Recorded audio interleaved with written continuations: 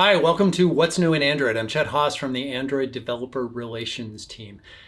So the question is, what is new in Android? Well, for one thing, the venue is new. Normally I get this once a year. I'm at Google I/O. I have a couple of co-speakers. I miss my co-speakers here. I also miss the venue, that beautiful stage, but the talk is essentially the same. I'm going to talk about three things here essentially today. One is, what's new in the release? We're going to talk about features in Android 11 that are worth knowing about for developers. We're also going to talk about things that we're doing in non-platform things like the tools and the unbundled libraries.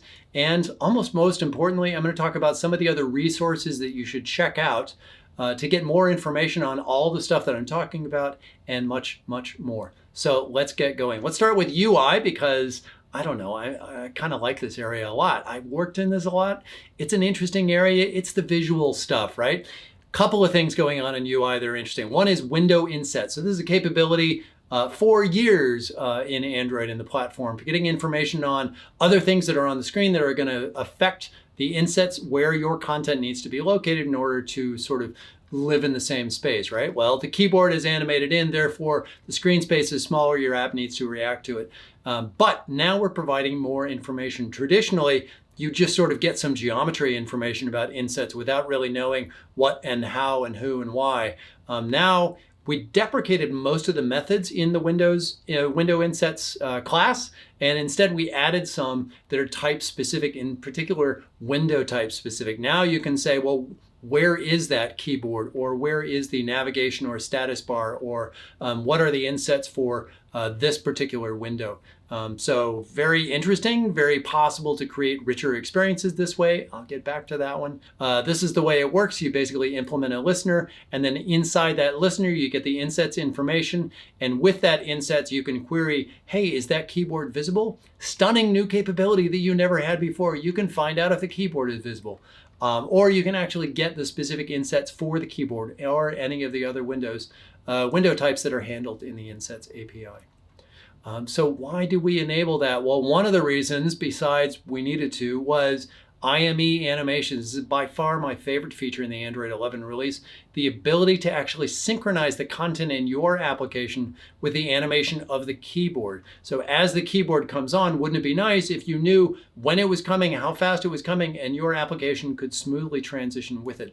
Now you can in a couple of different ways. You can listen for changes in the keyboard, so you can find out as it's animating where it is, how big it is, all of that insets information directly, frame by frame by frame, and you can synchronize with it, or you can even drive the animation directly.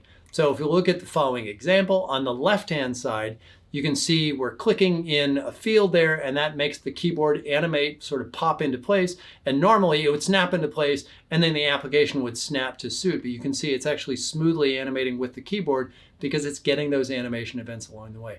On the right-hand side, we're actually physically scrolling the content in the application. We're swiping that thing up, and as we do, the keyboard swipes up with it because we are driving the animation directly and manually in the application code directly.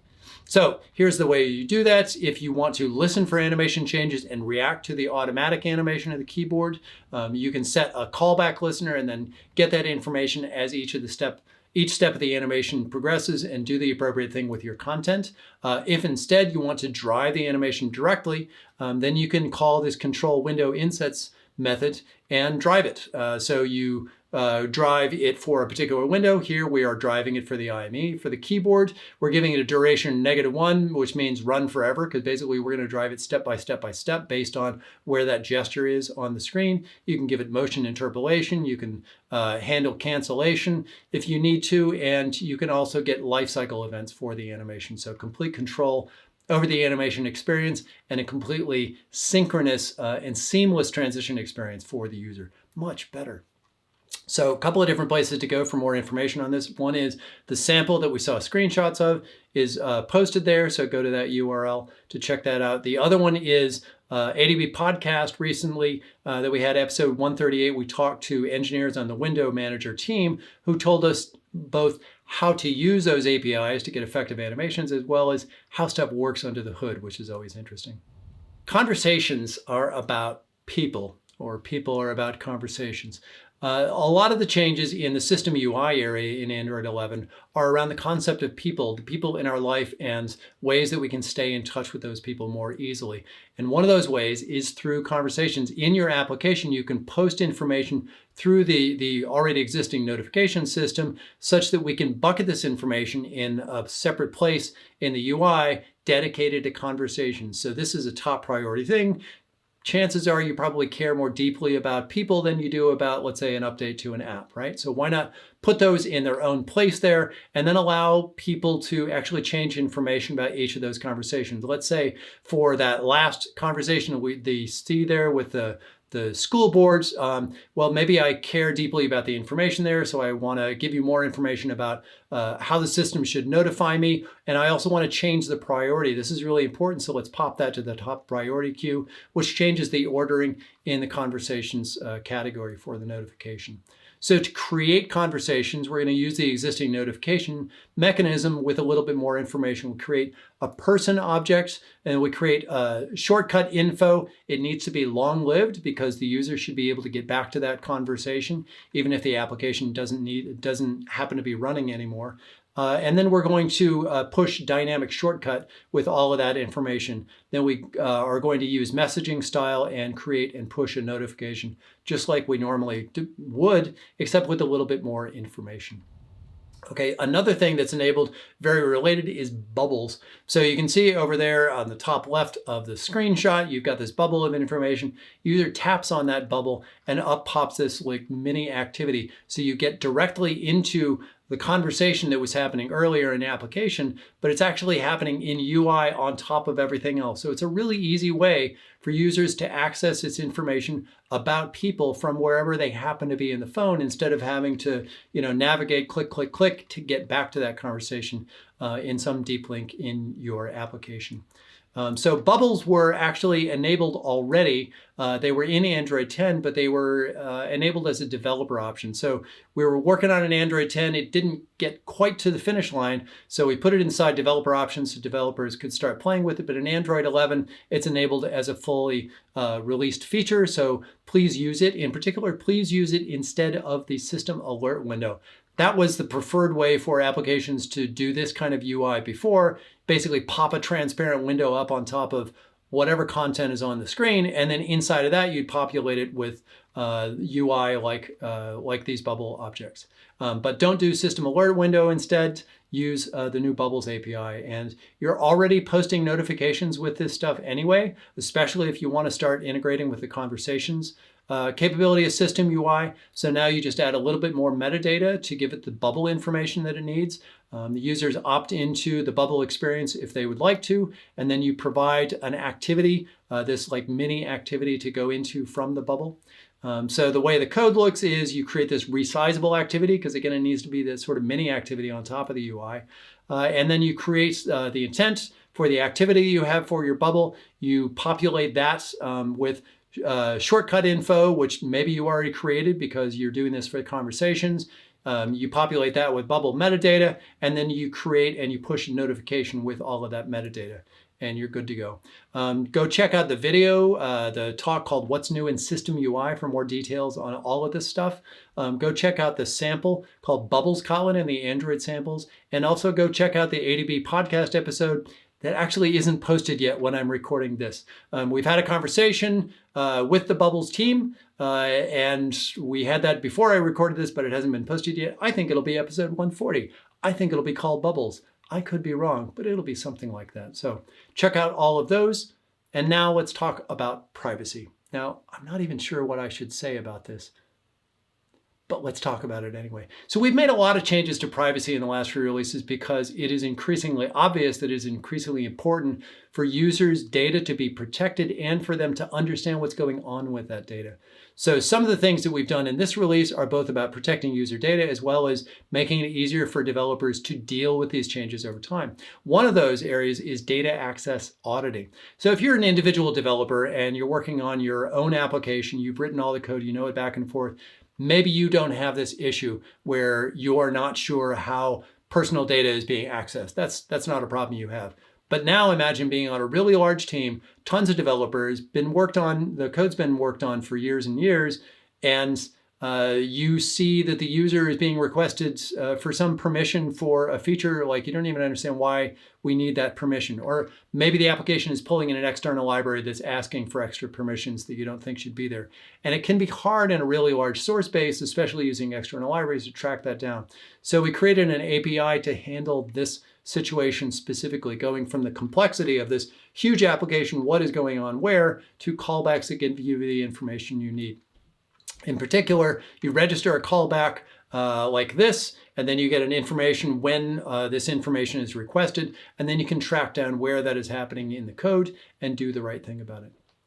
So in Android 10, we had a new concept of permissions that could be granted either when the application was in the foreground or for all time, even when it was in the background. We've extended that capability to include the idea of one-time permissions in Android 11. This is the concept that maybe the user is okay with that application, let's say, having access to your location right now, but if it's in the background, no, that's enough. Like right now, I understand why you need it now, but this is enough, right? So we have this one-time permission. So basically, when the application is being used in the current session, that permission is fine, but then the permission is denied after that and then needs to request it next time. So the follow-on question from all developers is, okay, now what do I need to do to handle this? And the answer is hopefully nothing.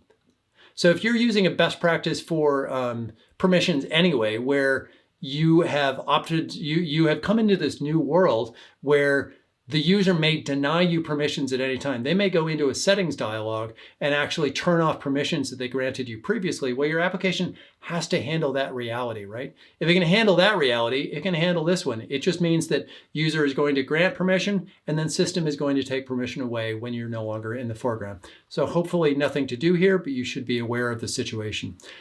Background location is getting a bit more restrictive. This has been sort of an ongoing trend last few releases. In particular, you used to be able to request foreground and background location at the same time. Now those are separate operations. Instead, you can request the foreground permission, and if that's granted, then you can take a separate step and ask for background's permission, and that takes the user to the settings dialog. This is not a permission that is granted inline in the application experience. Instead, they're taken to settings. Again, it's all about transparency and letting the user know what data they're sharing and how they're sharing it, and giving them an option to not share it if that's what they would prefer to do. Also for location, in the previous release, if you needed location in a foreground service, you needed to declare that in the manifest. We have extended that capability to include camera as well as microphone in Android 11. So now you need to use that same attribute, foreground service type, except there's a couple of new flags for camera and microphone if you need to have that access in a foreground service as well. There are many more privacy changes that you should learn about. Package visibility, it is not possible to query all of the packages installed on a device. Instead, you need to declare in the manifest what you want access to. Scope storage, there's been some more changes there as we continue to migrate to that new world, including things that make it easier for developers, like access to raw path names, as well as the ability to do batch editing with the Media Store APIs. Auto reset permissions, if a user installs an application, runs it once, grants some permissions, and then doesn't run it for a couple of years, well, why does it have access to the same permissions? At some point in time, there's an auto reset and the application needs to request those permissions again. You can learn about all these and more in the Android 11 privacy changes talk, as well as the modern storage on Android talk. So check those out. Something else that we added in Android 11 were various features to make Android developers' lives easier. Make it a little easier to write great Android apps. So for example, Wi-Fi debugging, because if there is one universal truth, it is that there are never enough USB ports available. Wouldn't it be nice if you could connect to your device through Wi-Fi instead? And now you can. It's a bit manual for now. You basically enable Wi-Fi debugging and then you need to manually pair and connect with the device, but it is enabled in the Android Studio 4.2 Canary builds to be accessible through the tool instead, making that a little bit easier. Also, we've been adding nullability annotations to platform APIs over the last couple of releases, and we did more of that this time. There's two categories. There's the recently annotations, recently nullable and recently non-null. These indicate that we have just added them in this release. and that they will trigger as warnings if your build. So if you're a Kotlin developer, this makes Kotlin developers' lives so much easier. If you're a Kotlin developer, you call this code with a parameter that disobeys this contract, and you will get a warning in your build. You should fix that. On the other hand, we have the full-on annotations, not recently, and these are nullable and non-null. And if you call these with code that does the wrong thing, you're passing a potentially null parameter into a non-null API call, then that will actually trigger a build failure, and you really need to fix that problem immediately. So if they were recently last time, chances are they are actually full-on nullable and non-null annotations this time. Otherwise, maybe we added them as new annotations this time. We didn't want to break your build full out, so we added them as recently. So check those out. Hopefully it makes life better for Kotlin developers overall. So another thing that we did to make it easier to figure out what is actually going on in the field is crash reasons reporting. It is really difficult to find out why your app crashed on someone's device that you've never seen. Chances are the development and testing environment that you have in your office or your home is not matching whatever your users are running out in the real world, right? Wouldn't it be nice if you could find out what is actually going on in the real world? And now you can. So there's an API to query why your app exited, even if it's not on a device that you've ever seen before. So you can get historical process exit reasons. That gives you a collection of information. Then you can iterate through each one of those and get information on did this one crash? Was there an ANR? Did I run out of memory? And then log these things, take a look at that information. You can either do this directly as a developer, or maybe you use a crash reporting service, and those crash reporting services may use this as well as other facilities internally to get this kind of information at a very detailed level from the platform. GWP ASAN builds on something that we enabled in Android 10 earlier called HWASAN. So HWASAN was about giving you an environment, an approach that you could use in your build and test and debug environment, such that you basically install an alternate memory allocator. And then if you ever access that memory as a native developer, this is all for native development, if you ever access that memory in a way that you shouldn't, let's say you're dereferencing something that has been cleared, it will trigger an error there, crash, and log a report. That's great, but it's so much overhead, both in terms of memory and runtime, having this extra allocation mechanism, that it was too much to use in the real world. GWP ASAN basically does a small set of that. It's kind of a sampling approach to solving that same problem, where it doesn't use that alternate allocator everywhere. Instead, it's just in certain locations. And then again, if one of those problems occurs, it will trigger a crash, trigger a report, and then you can see that report. It's automatically uploaded to your Google Play dashboard. And since it's only a sample of the allocations, then it's low enough overhead that you can ship this on everything. You enable it very easily. In your manifest, you just say GWP ASAN mode equals always. You can also do this for the entire application, or you can just do it for sub-processes or activities if you choose. And then if one of these problems occurs, it automatically triggers a crash as well as a crash report, and then that gets uploaded automatically. ADB Incremental is about making it faster to install really huge applications on your testing device. Let's say you're a game with 2 gigs worth of data, and you just want to change one line of code, and then every time you change that line of code, you have to push 2 gigs worth of application onto the device, which takes a while and probably gets really tedious and tiring. But what you could do instead is use ADB Incremental and make it up to 10 times faster to do this. Here's how it works. You use an alternate signature mechanism, and then you use ADB install -- incremental to take advantage of this.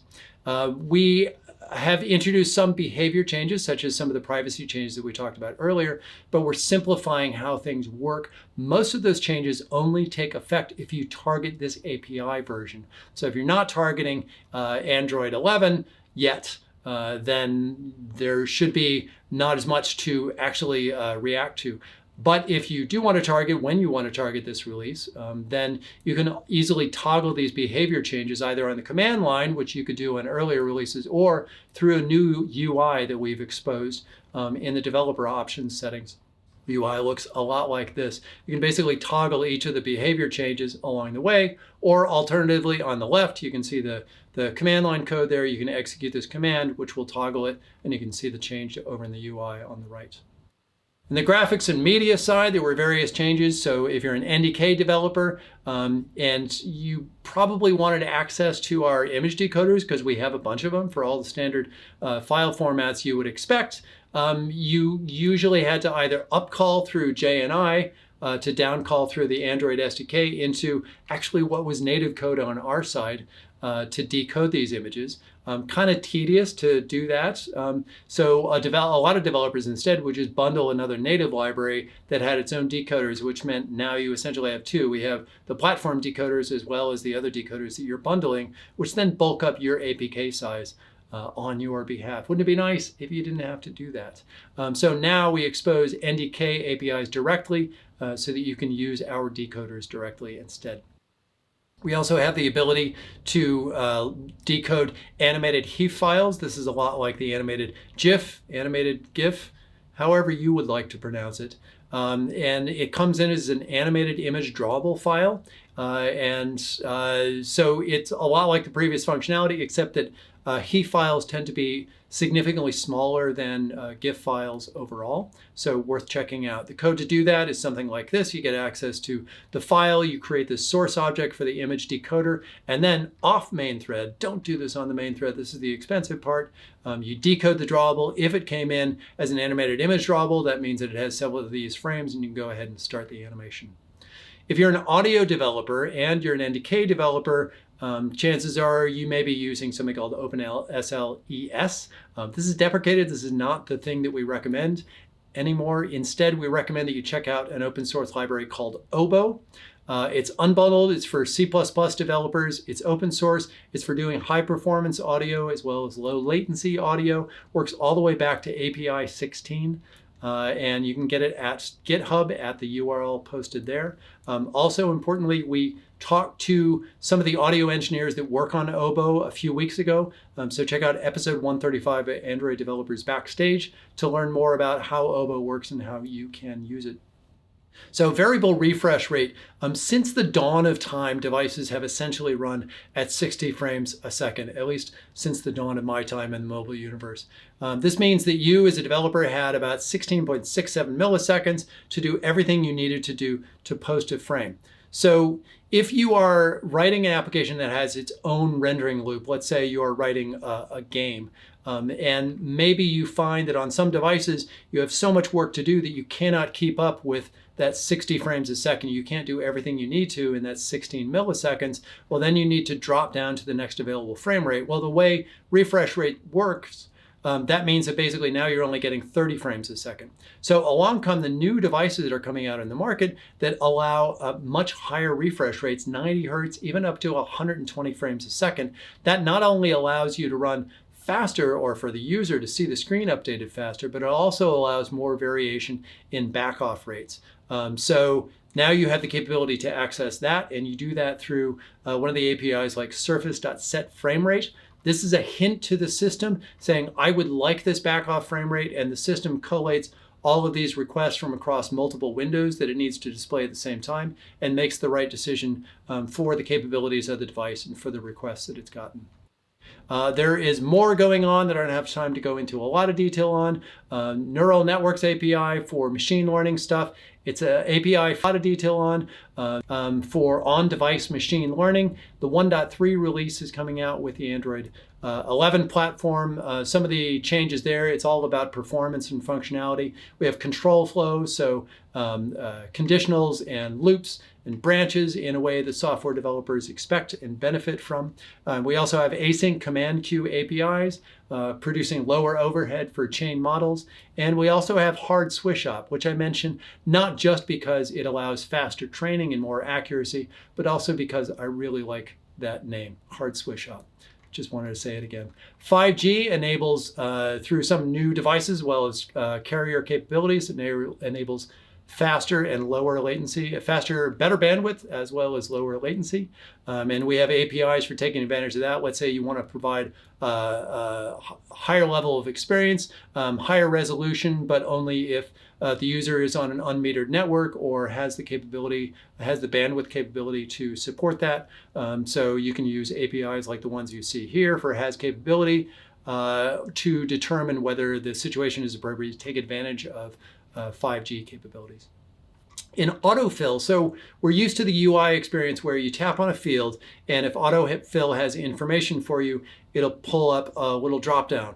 So now, let's say in a typical situation, we have a keyboard, and the keyboard has some suggestions on the top of it, and then Autofill has some suggestions up here. Wouldn't it be nice if we could combine all of this in one UI? And that's what we have with the new Autofill capability. There's two sides to this equation. You have keyboards that can actually present the information in a secure way. Let's be clear, they don't have access to the content, they have access to UI that internally presents the information. And then you have password applications, these autofill services that can provide those informations in a secure way to the keyboards.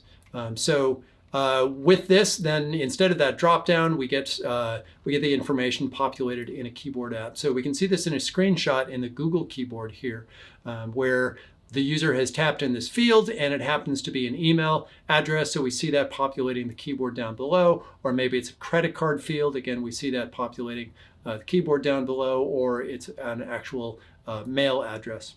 So the way that works on the keyboard side is that you need to implement input method service methods. So you've got this onCreate inline suggestions request. So you handle that request from the IME, and then you get back a response that you also handle to actually present this information. On the password side, to provide this information, you handle onFill request, and then you create a data set just as you normally do, but you populate it with inline presentation information, and then you create this fill response with that information, and you're good to go. We've also done a bunch of stuff outside the platform, more and more as we go. For example, Jetpack, suite of libraries, over 70 of these things, shipping releases every couple of weeks, all kinds of stuff from architecture components to compatibility APIs, core functionality. Some of the new and exciting developments there include HEIF, which is a dependency injection library built on top of Dagger. This is the new recommended approach for doing DI on Android. Paging has been completely rewritten for version 3 in Kotlin for Kotlin developers, taking advantage of language features like coroutines to make writing paging applications much easier. And Camera X recently had a beta release, so be sure to check that out as that gets close to stable. There is more and more going on there, and all of it's talked about in the What's New in Android Jetpack talk, so check that out for all of the information. Speaking of Jetpack, Jetpack Compose is still pre-alpha. This is the new UI toolkit for Android. It's currently undergoing active development. It's reactive, it's Kotlin-based.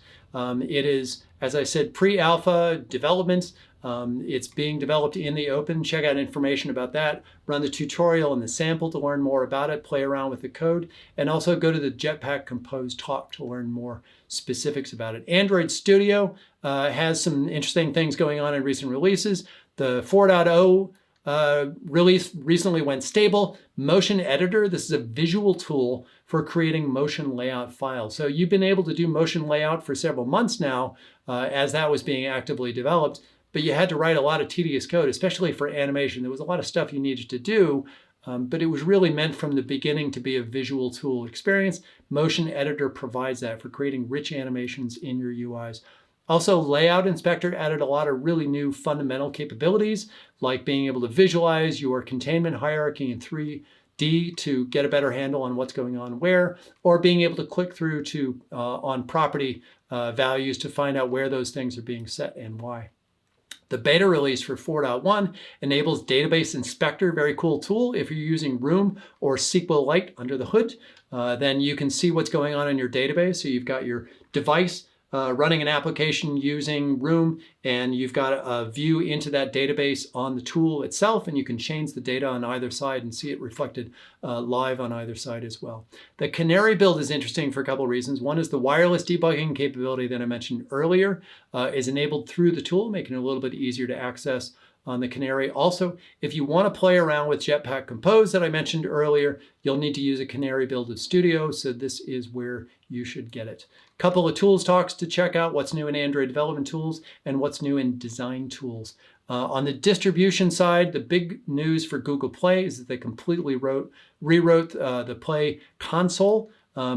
Most of it is about just better design and making stuff easier to understand and access, but also adding new capabilities along the way, like a policy status section, reports on user acquisition, management of the team of people that's actually getting access to the dashboard information. It is currently in beta, so go to that URL, check it out, download it, play with it, send us feedback, see how it's working for you. Also go to the What's New in Google Play talk. That is it, but I have some extra links to share with you here. First of all the talks that I mentioned here and more, because I didn't get to everything, are in the Android 11 beta launch show. So go to the Android Developers YouTube channel to see all of those talks that have been posted there. The Android 11 preview site, download the beta, play with it, see how it runs with your app. Send us feedback if things are not working as expected. 11 Weeks of Android is a new campaign that we're launching next week because there wasn't enough time to cover everything in just a dozen videos. So let's tell you more. There's new content coming out every week in specific topic areas like UI and Jetpack. So tune in every week to see what that topic area is and learn all of that content along the way. We're also working with our online communities around the world to host Android 11 meetups. These are online meetups happening now through August all over the world. So go to that site to check out if there's anything happening near you. And finally, Now in Android is a series of articles, videos, and a podcast that I'm doing to make it a little bit easier to understand what is going on in the Android universe. We do a lot of stuff both on the platform side and developer relations, articles, videos, all the stuff happening all the time. Wouldn't it be nice if we had an easy way to sort of understand what happened every couple of weeks? So that's what Now in Android is about. So please check those out. For more information about what's happening in Android, in the meantime, go check out the videos, learn all about Android 11 and what's going on in the Android universe. Thank you.